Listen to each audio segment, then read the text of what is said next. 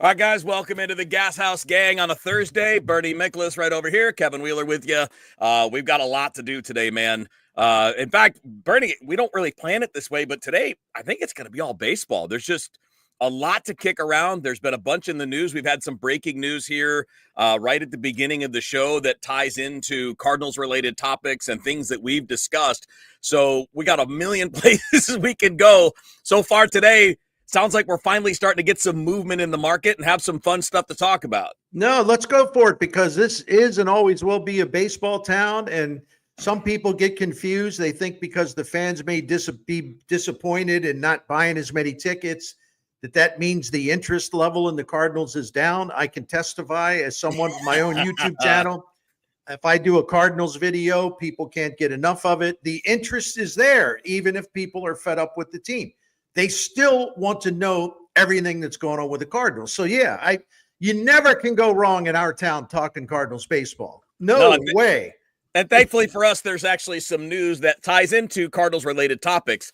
Let's start with the biggest of the news, because he's the biggest player on the market. So, like last night, Jeff Passan is reporting that basically Juan Soto is going to make up his mind before the winter meetings, maybe this weekend, which is good. And by the way, I don't understand why that would drag out, right? You clearly have the bidders. They're clearly going big. It's not like anybody's slow playing it. And if the player wants it to go faster, which Soto seems to, seems like it's gonna go fast. So that's a good thing, I think, for the rest of the market. And I actually think that the faster that gets done, the more likely it is the Cardinals will be able to ferret out maybe who has interest in Nolan Arenado, who has the money left over to take on a contract on a starting pitcher or something like that. No doubt about it. And I think this applies to the Dodgers. I mean, I know Nolan Arenado wants to be a Dodger. It's right. He's making that clear with his Instagram account. But if you're the Dodgers, first of all, you're not going to make any decision on Arenado and a trade with the Cardinals unless or until you know what Juan Soto is going to do, because they're hot and heavy into those negotiations with him. Yep. If they sign Soto, Mookie Betts goes back to second base. They'll keep Max Muncy at third base. Right. And some Cardinals fans that I talk to are under the impression that like Arenado's a better hitter than Muncy. No, he's not. No. Especially you're talking about a guy who just kills right-handed pitching. And they like Muncy's also just one of the most valuable Dodgers. The front office loves him. So Muncy would play third base. Shortstop, you have Gavin Lux, you have Tommy Edman. So in other words, where's you have Freddie Freeman at first.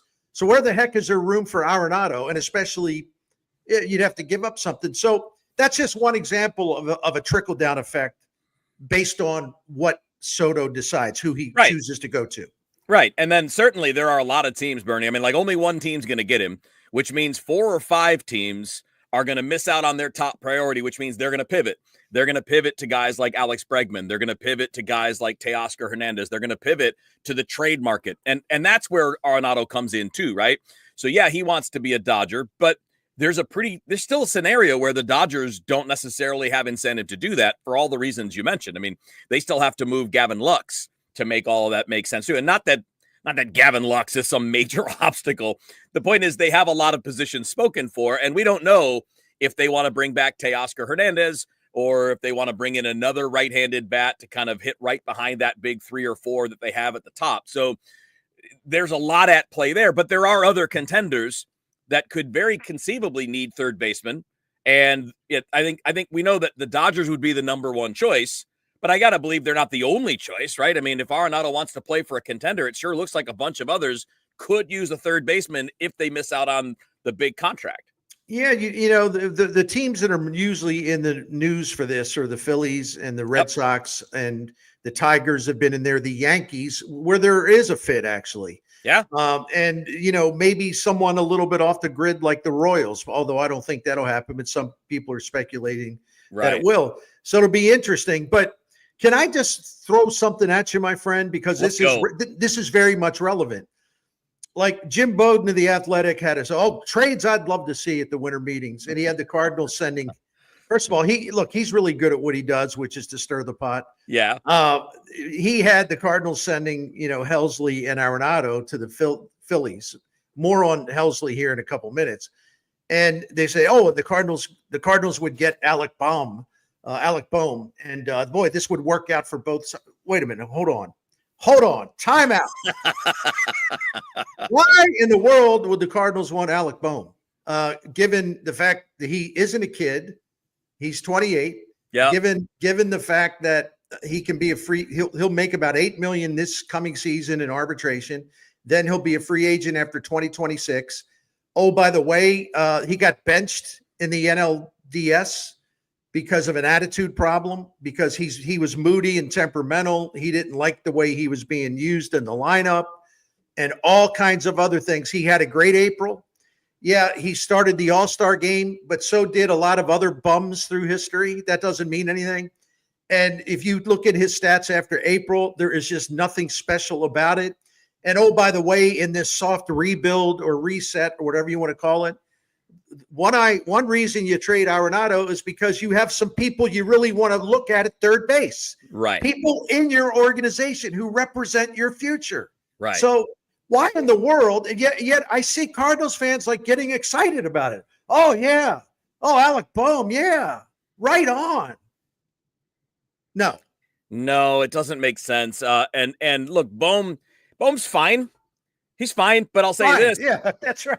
He plays in one of the best hitters parks in baseball, and he ain't hitting 20, 25 home runs a year. If you're only hitting 17, 18 home runs a year in Philly, you're hitting 12 in St. Louis. I mean, like, but I think what you hit first was the most important thing. In another year where, like the Cardinals were trying to maximize, the current year and we want to get some proven guys, that would actually make a lot of sense.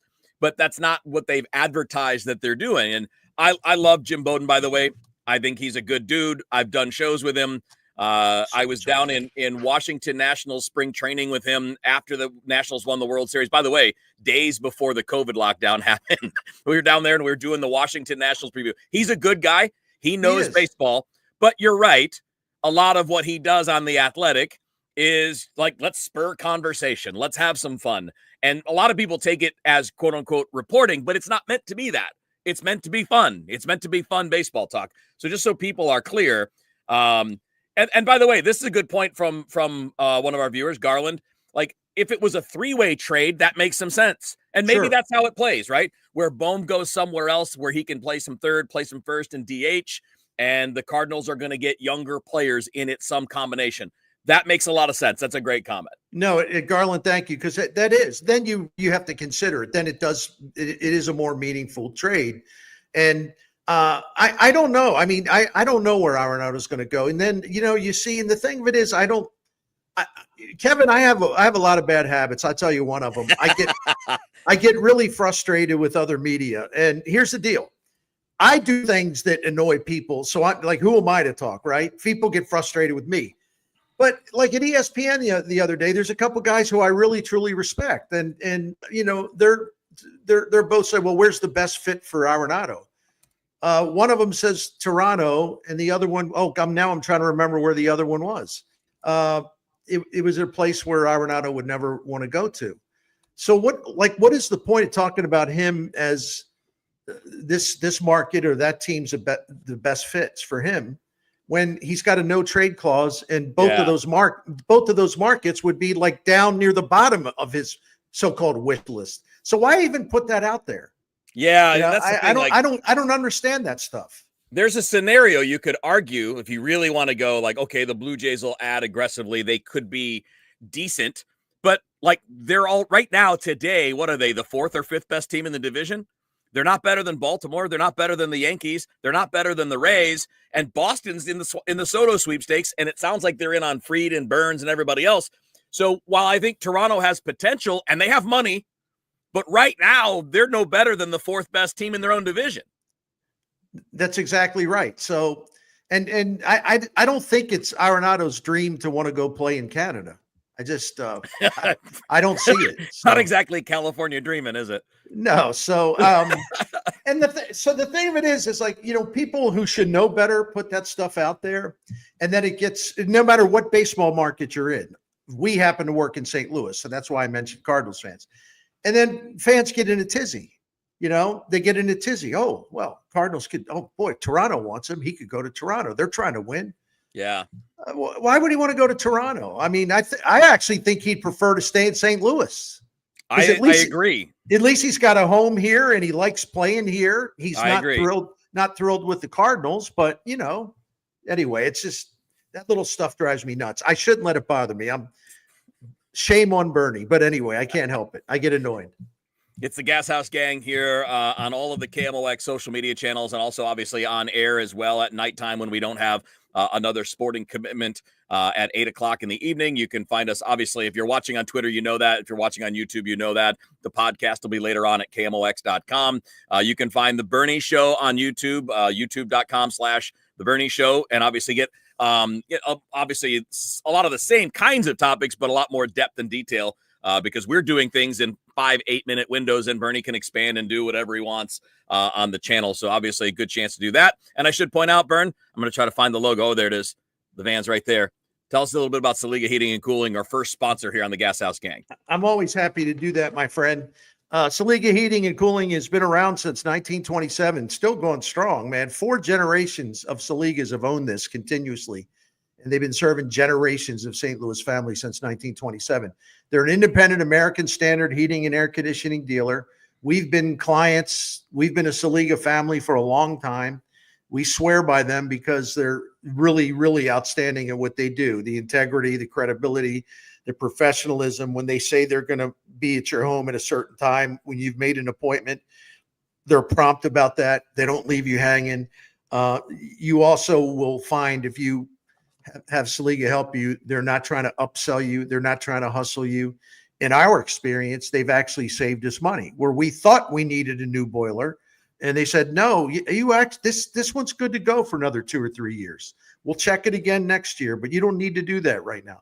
And I thought, listen, man, I know we think the world of Saliga Heating and Cooling, but that was just another example. So you can become a member of their Priority Club, which is a maintenance program, but you get some other perks. The Priority Club is good, though, as far as maintenance, because before the winter sets in, the heat, you know that the heat will be working. They'll come out and check it. Same way in the air conditioning in the summer. They also have financing. Financing is available. Sorry.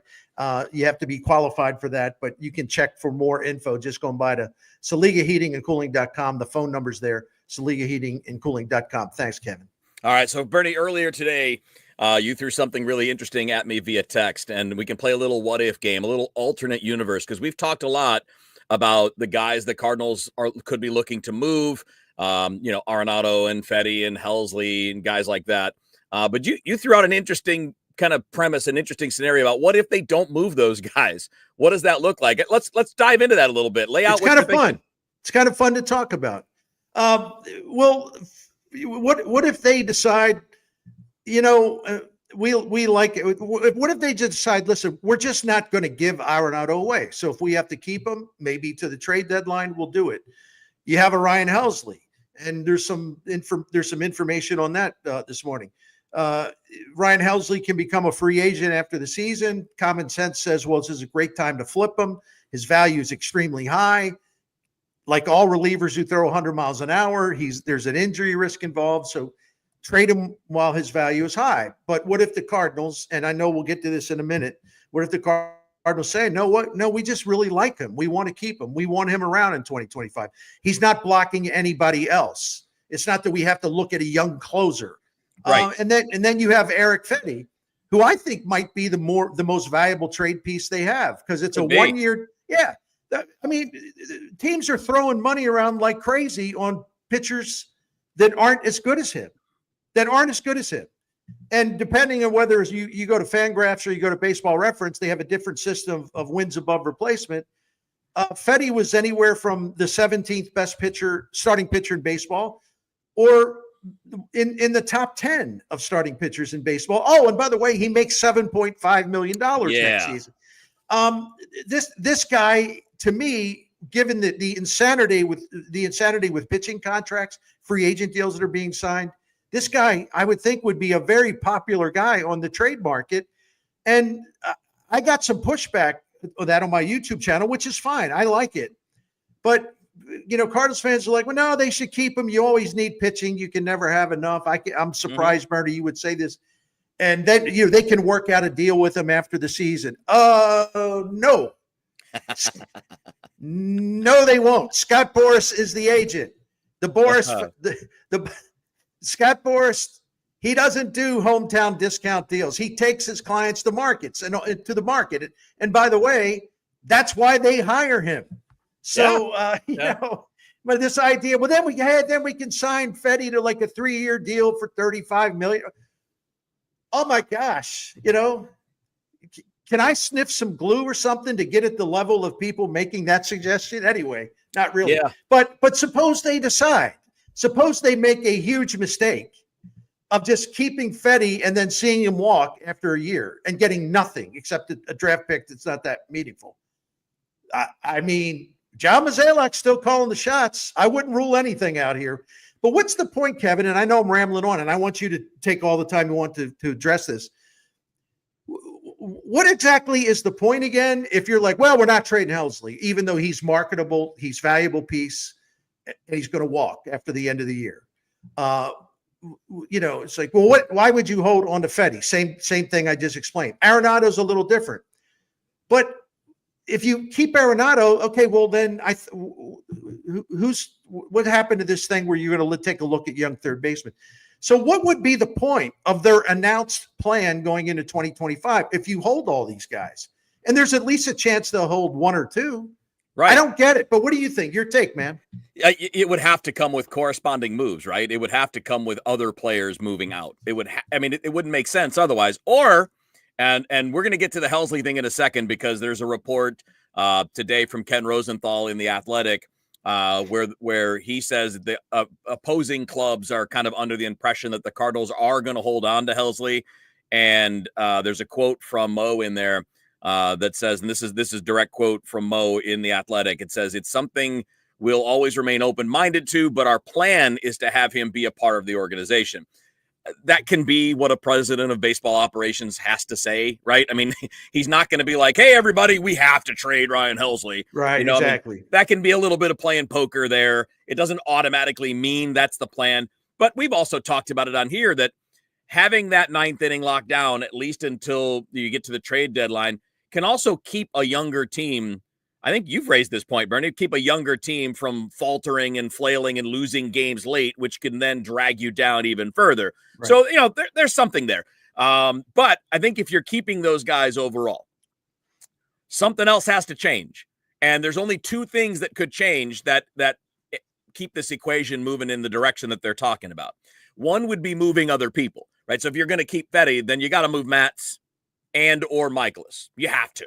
Because if you don't, you have no rotation spot. You have nothing for Michael McGreevy to do. And putting him in the pen, to me, is counterproductive now. Yes. Right now, this is the time to see if he can start. You put him in the pen later if it doesn't work out. And that's the same for the other younger guys, too. So let's just say you only need to open one rotation spot.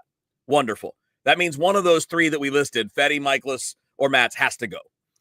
So if it's not Fetty, it's got to be one of the other guys one way or the other. But you can get a lot more for Fetty than those other guys. Agreed. Yeah, 100%. Right. Absolutely. And it makes all the sense in the world that he would be the one you move. And because, look, we don't know that Miles would accept a trade. He's got a no-trade clause. And Steven Matz is just never healthy. So, and even when he's healthy, he's kind of up and down. I mean, he's had like a 2-month stretch as a Cardinal where he was really good. And the rest of the time, it's either been inconsistency or injury.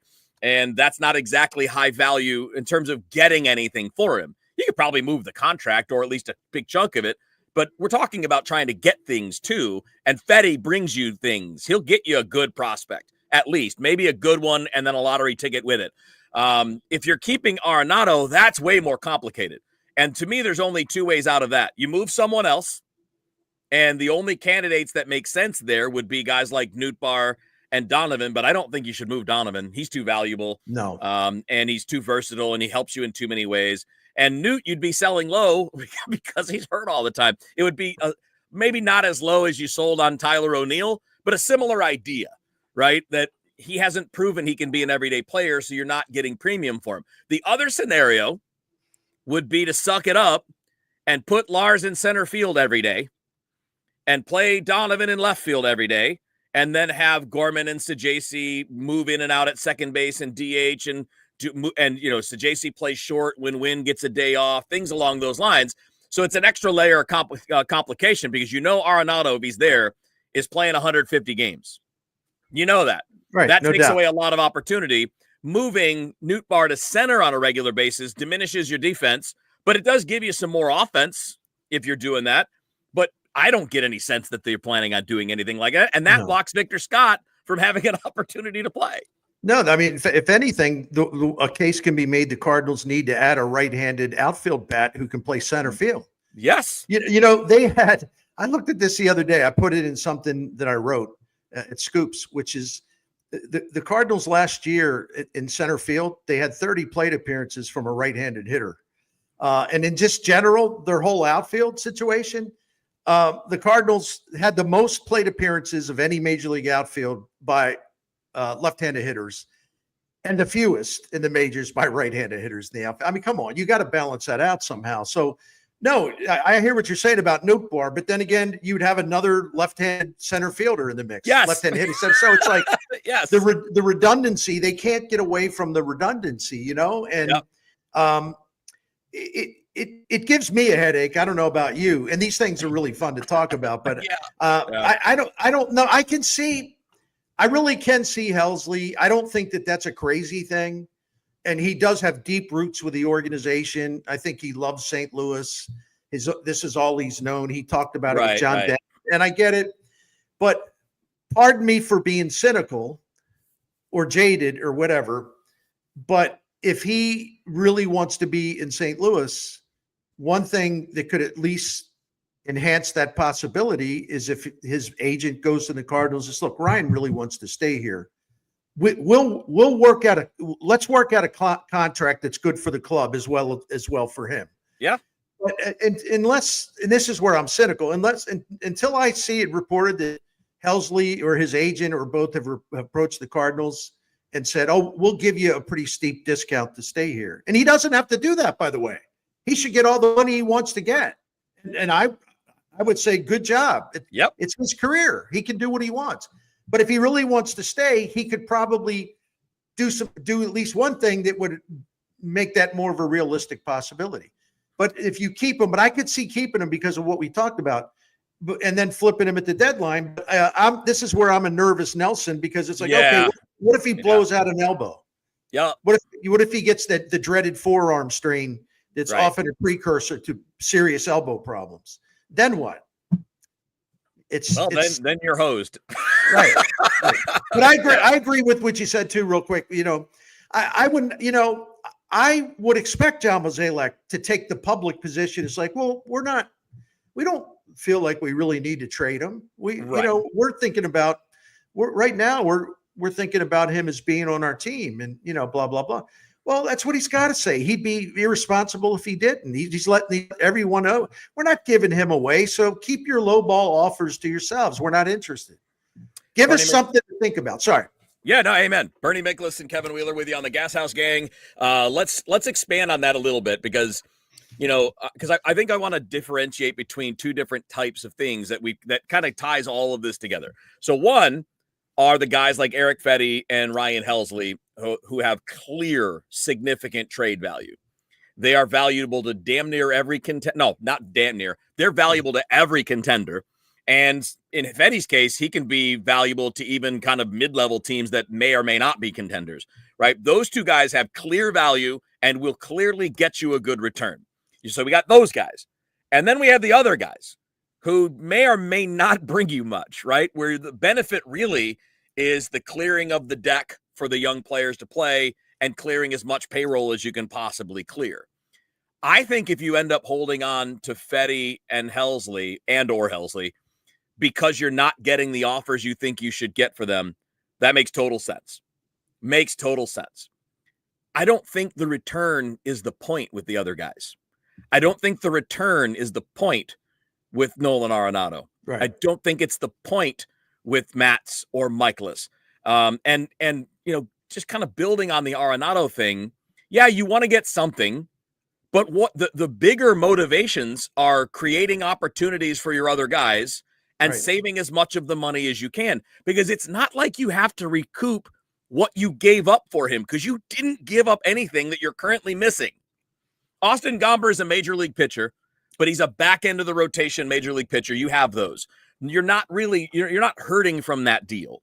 So I hope that this isn't about the principle, like we need to get quality, because really the point is opportunity and cash. No, I agree. And not to repeat what you just said. Yeah. The reason why you trade Helsley and Fedde is because it's a forward thinking move and it fits into your template of like, we're not rebuilding, but we're going younger and we have to give opportunities to young players and we want to get more young players. That's why we're redoing the draft and the development and everything else. That's why we're getting up to speed, because our whole thing from this point forward is going to be, that's why we hired Chaim Bloom, is going to be about good young players constantly on the way to St. Louis, pitchers, hitters, whatever. That pipeline wide open again, the way it used to be at a high level. So, and that fits exactly what they're trying to do, is in a reset as an organization. So yeah, to me, it would be a waste not to take advantage of that opportunity, but I'm with you, and I would be presumably with the Cardinals, which is no, you're not getting those guys cheap. Not when you have the Sacramento A's or wherever they're playing. The A's are given 3 years and $67 million to Luis Severino. Yeah. The A's. Yeah. I mean, all these teams are breaking out in rashes. Just they can't wait to throw money at mediocre pitchers. Can I go conspiracy theory for 10 seconds? Yeah. Don't tell me that this isn't the A's getting pressure from other teams to do something and spend money because the league's doing them the favor of letting them move. Could be. It has to be. It could be. I mean, either that or you're just like, well, we got to find a way to get people to the minor league park. Well, first of all, Severino's not doing that. He's fine. He had a good year last year. He's a fine pitcher, but I feel like they're just doing this for show, my opinion. Anyway, yeah, I agree. Tinfoil hat off. They have no credibility, and you do. So I side with you on that one. Yay. So, yeah. So yeah, I don't know. So we'll see what happens. It's an interesting off season, but this idea that, they're going to go basically into spring training and they're going to have, there's a possibility they're still going to have a lot of people in place where those people could have gotten you young talent in return that fit into your program.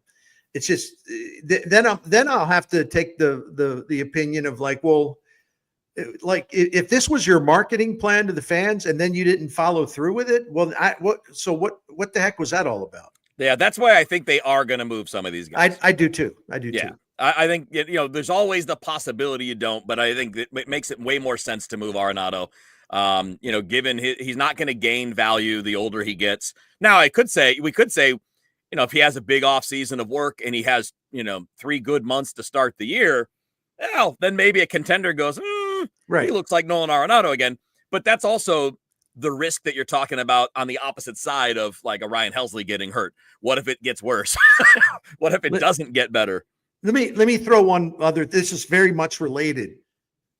We know that John Mozeliak obviously is still the president of baseball operations, and Chaim Bloom's mostly, overseeing this massive project of the player development in minor league infrastructure. Yeah, he's under the tarp doing construction. Yeah, and they're making great hires, by the way.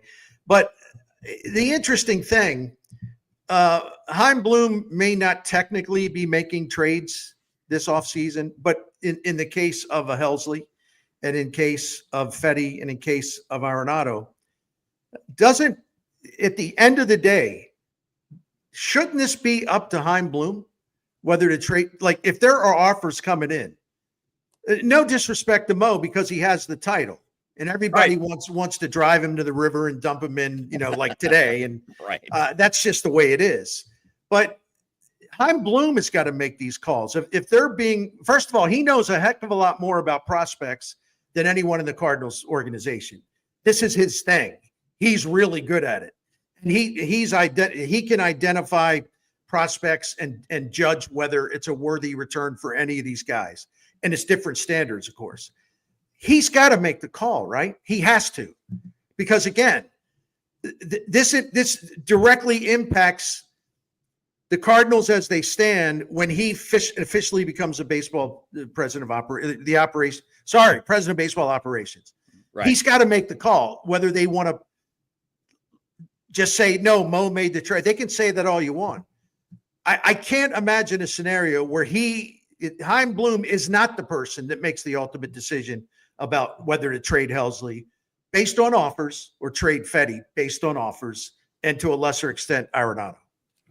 All right, this is the Gashouse Gang on KMOX. Kevin Wheeler, Bernie Miklasz, our early sponsor, and obviously we'll be adding more as we go, but our earliest, our first, and right to the first group to step to the plate were your buddies at Saliga Heating and Cooling.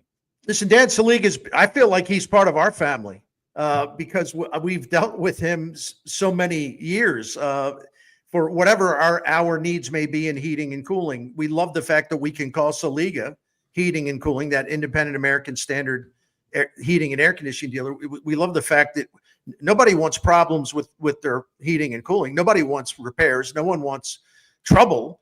But we're grateful that we can call Saliga because we trust them and we know they'll fix it and they'll take care of it. And they're not going to try to hustle us, upsell us, talk us into something that we're not sure about. But they say, well, trust me, you need it. They don't do that to their clients. See, the reason they've been around since 1927 is because they've earned that credibility and the trust. They don't play games with their clients because they want you to call them and rely on them the way we have in our home for the last 15 years, right? So that's their business principle. No, we want people to trust us. We want people to feel good that if they have a problem, they know they can count on us and there's going to be no BS. And there's a lot of reasons why we love Saliga Heating and Cooling, but really the integrity is near the top of the list, if not the top of the list. They do residential work, commercial work, all makes and models. The best thing for you to do and ask them about that Priority Club maintenance program. It's really, really good, and it's worth it. You'll get peace of mind and you'll save some money. But you can go to SaligaHeatingandCooling.com, SaligaHeatingandCooling.com, and you can see the phone number there. And don't forget, financing is available, but for qualified buyers. So that's SaligaHeatingandCooling.com. Thank you, Kevin. All right, so we got about 6-7 minutes left. Let's get to this thing that was buzzing yesterday. Benji Molina, who I love, by the way. Benji is a great, great dude, does a lot of great stuff in the community. So I don't really want this to be about, picking on Benji or punching Benji or anything like that. But, he went on an interview and talked about Yadi having interest in being the Cardinals manager. And it got a lot of buzz. People love Yadi. I don't know about you, but Bern, I don't know that there's been a more popular Cardinal, more beloved Cardinal than Yadier Molina in the last 15, 20 years. No knock on Albert, but Albert left and Yadi stayed. Right. Right. And so Yadi's a lifetime Cardinal. And we all love those kinds of stories, but something about that hit me wrong. I mean, the Cardinals have a manager, and it's one thing if sports talk blowhards like me were to ever talk about those things. That's a different thing than someone's brother. I think that's, again, if you're watching Benj, I love you, dude. You're one of the nicest people I know, but that's wonderful, not fair. Guy. It's not fair to Ollie Marmol. It's not, because what we're doing here is talking about a franchise legend who is a Hall of Fame player who is incredibly popular, and just invoking that is going to do nothing but create heat for the current manager, who the team has committed to for the time being. It'd be different if there had been a firing and you're lobbying for an open position. But I would say that people in these kinds of positions, regardless of who they are, probably shouldn't do that. It's unfair to Marmol. And I know a lot of fans will say, well, who cares? Okay, whatever. Duly noted. But it is unfair where the guy's, trying to manage for his job. Now, all of a sudden, he's got the specter of a Cardinals icon hovering over this. And you know who else it's unfair to is Chaim Bloom. Because great point. Yeah. Chaim Bloom's taking this baby over, and he's going to have a major say in a lot of major decisions this season, during the season. So you recruited Chaim Bloom. You've given him this enormous task of rebuilding your farm system and minor league system and everything that comes with it, and putting together a whole new operation, right? So at the end of 25, it comes time to make a decision. Do you stick with Ali Marmol for a final season of his contract? Okay. Right. Or do you decide a change is best for everyone? Now, what if the Cardinals exceed expectations? And again, I know that there are people watching this. I don't know how many that would agree with this, but I hear from them all the time. It would be like, who cares? They just don't like Marmol, right? And what whether he wins or not is irrelevant to them. So Chaim Bloom's going to have to decide, first of all, do I keep the manager that I have? And if he does a good job and the Cardinals exceed expectation, keeping him would be justified. If we're even trying to be objective, if they exceed expectations and play surprisingly well, better than people think, what would be the point of like firing him at that point? I think differently than people that get emotional and they decided whenever they hate Marmol because he's Mosaic puppet or whatever the theory is, right? The other thing is, okay, suppose he decides to make a managerial change.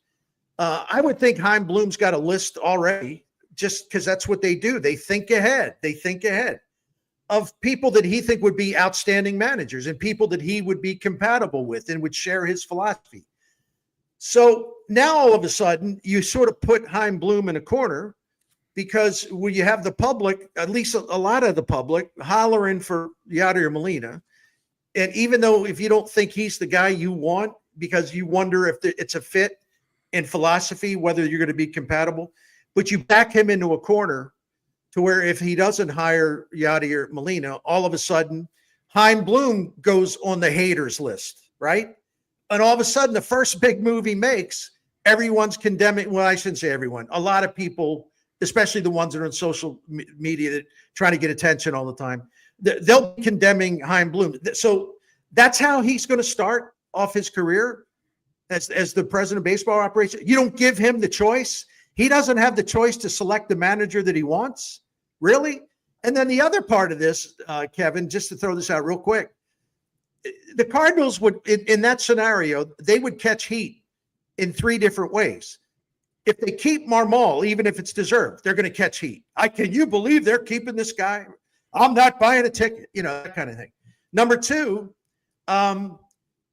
they do bounce Marmol and they hire Molina, even though the guy running the team has some real reservations about it, but he's doing it because he doesn't want to, immediately go to the top of the enemies list among Cardinals fans that want certain things. And the third thing, if they do hire Molina, let's just play this game. They do hire Molina. This, I know this. There would be a reaction by some fans, a pretty good percentage of fans, who would say, well, I like Yachty, don't get me wrong, but DeWitt's doing this just to make money. This is about marketing. This is about PR. They're making this move because DeWitt wants that ticket money. Yeah. So wherever they turn, they're going to catch it. They're going to catch heat. They're going to catch grief. There at least percentages of people in all these different categories will be angry at them. So good job, Benji. The other thing about Benji, love him too, but he said that Molina has offers now from major league teams. He said offers, plural. Well, there's no jobs. So I don't know what he's referring to. The other thing he added, and we should point this out, is that Yadier would prefer to do this maybe in a couple of years because I think wants to see his son graduate. I'm assuming it's high school. So this is kind of a mess. And what about the fans who I hear from a lot talk about, well, can you trust Yachty? What happened to this consulting job he had? He never reported. He never did anything last season. What about him leaving the Cardinals to go watch his pro basketball team when he was still a player? People will bring that up. I'm not saying that to cheap shot Yachty. No. People will bring that up. So this is not a cut and dry situation. To me, it's complicated primarily because what's the point of bringing in a whole new guy to run your entire operation if you're not going to let him choose the manager that he wants? No, that's a great point. And by the way, anybody that wants a lot more depth on that, go to youtube.com/The Bernie Show. At The Bernie Show, you went on, I think, was it 20, 25 minutes on the topic today? So Yeah, a lot more maybe detail. 20, maybe 23. That's that's light for me, actually. But a lot more than we can do in 6 or 7 minutes, which is the point. So if you want to I touched on the high points, but that, like you said, you can get more on there. So I had some fun with it too. I would also caution, I would also caution people this. Go look at the list of major league managers and then the most successful major league managers and tell me how many of them were Hall of Fame players. Not many. Yeah. Because a lot of people that had the success that Molina had, making, 150, 200, $250 million and all of that, they don't necessarily end up being managers. You can draw your own conclusions as to why, but like the current manager who had the best career is probably Aaron Boone. Aaron Boone was a pretty solid player for a pretty good amount of time, but Aaron Boone's not a Hall of Famer. You just don't see too many of those things. So I think that's a thing to think about is like, why is that? And I didn't get into this in my video, so I'm glad you brought it up and let me know when I need to shut up. But on the other hand, Yadier Molina was heralded for a long time, 2 decades, for his leadership ability, his baseball intelligence, the way he sees things that no one sees, this innate sense of, what pitch to call, what to do. He thinks as a manager. Every manager that I know, the Cardinals, went to him to see, well, what do you think about this? Yep. And they would ask him about that stuff during games. So if Stephen Vogt, a major league catcher, not of Molina's class as far as prominent careers, Stephen Vogt gets the Cleveland job this year, and the only experience he had other than a major league catching career where he bounced around, he was a bullpen coach 1 year in Seattle. Yep. He gets the gig in Cleveland, and he wins American League Manager of the Year. So if that catcher can get a manager's job right away, wouldn't one of the 2 or 3 greatest catchers in the history of the game, wouldn't he rate that opportunity? That's why this is like so complicated. Yeah. Everyone wants to act like it's an easy answer. It's not. And what if Albert Pujols says, well, wait a minute. I want to do it. I want to manage. and by the way, I didn't get into that in my video. What if he says, well, wait a minute. I kind of let everyone know I really want to be a manager, and there's no place I'd rather be than say, what if it becomes to like they're trying to decide between Pujols and Molina? Yeah. Oh my goodness. Yeah, we're already over, so I'll do this in 10 seconds. I don't have any doubts about whether Molina could do it. Right. To me, the question for those guys that make a lot of money is, do they want to? Do you want to put in 80 to 100 hours a week when you've got $250 million that you've earned in your lifetime and you're comfortable and you can do whatever you want? That's what I think it is normally, is why these big stars don't become managers, because they don't need to, and they don't need the hassle, the work. And by the way, the manager has to deal with all of us every day. Yeah. You got to do all the media stuff. You got to do pregame, postgame. You got to do interviews off to the side. You got to do public appearances. That's why a lot of those star guys don't want that job. You're right. So just wanted to throw that in there. I think Yadi has all of the abilities, but I don't know that anybody in that position has the desire for the work that goes into that. I agree. I do. All right. That was good. I like that. A lot of stuff. We may bring that back next week as a separate conversation. All right. So for Bernie Miklasz, I'm Kevin Wheeler. This has been the Gashouse Gang. Check out Bernie, youtube.com @The Bernie Show, and you can find out more things about what's going on there. And obviously you can find us on all of the KMOX social media outlets on Twitter, Facebook, YouTube, you name it. You guys have a great day. Thanks for tuning in. We'll catch you next time. In fact, tomorrow will be Bernie and Matt Pauley. Looking forward to it.